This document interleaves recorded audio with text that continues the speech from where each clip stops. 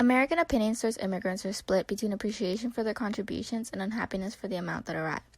The number of immigrants to the U.S. decreased during these years due to the war and legislation that followed.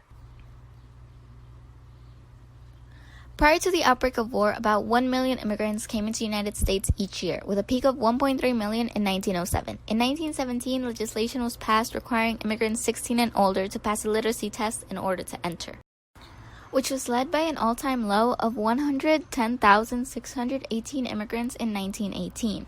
However, immediately after the war, in the years 1919 to 1921, over 1 million people immigrated.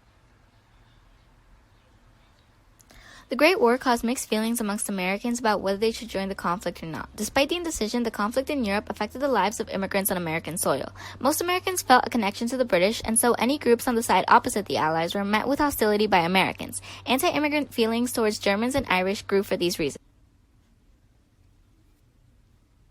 Russians were also on the receiving end of anti-immigrant feelings because Americans saw them as communists and anarchists. Following the war, there was a Red Scare in the United States brought about by the Russian Revolution. Attorney General Palmer partook in the arrest and deportation of many suspected anarchists and communists with limited evidence.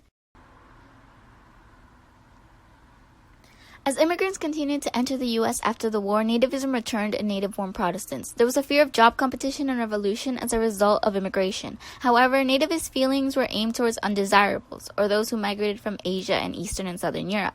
In addition, Jews and Catholics were also targeted.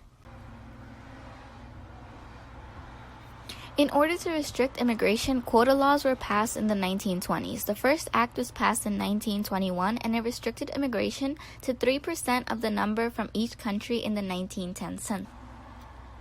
The second Quota Act, passed in 1924, increased restrictions to 2% from the 1890 census. By 1927, a quota of 150,000 was set for Asia and Eastern and Southern Europe.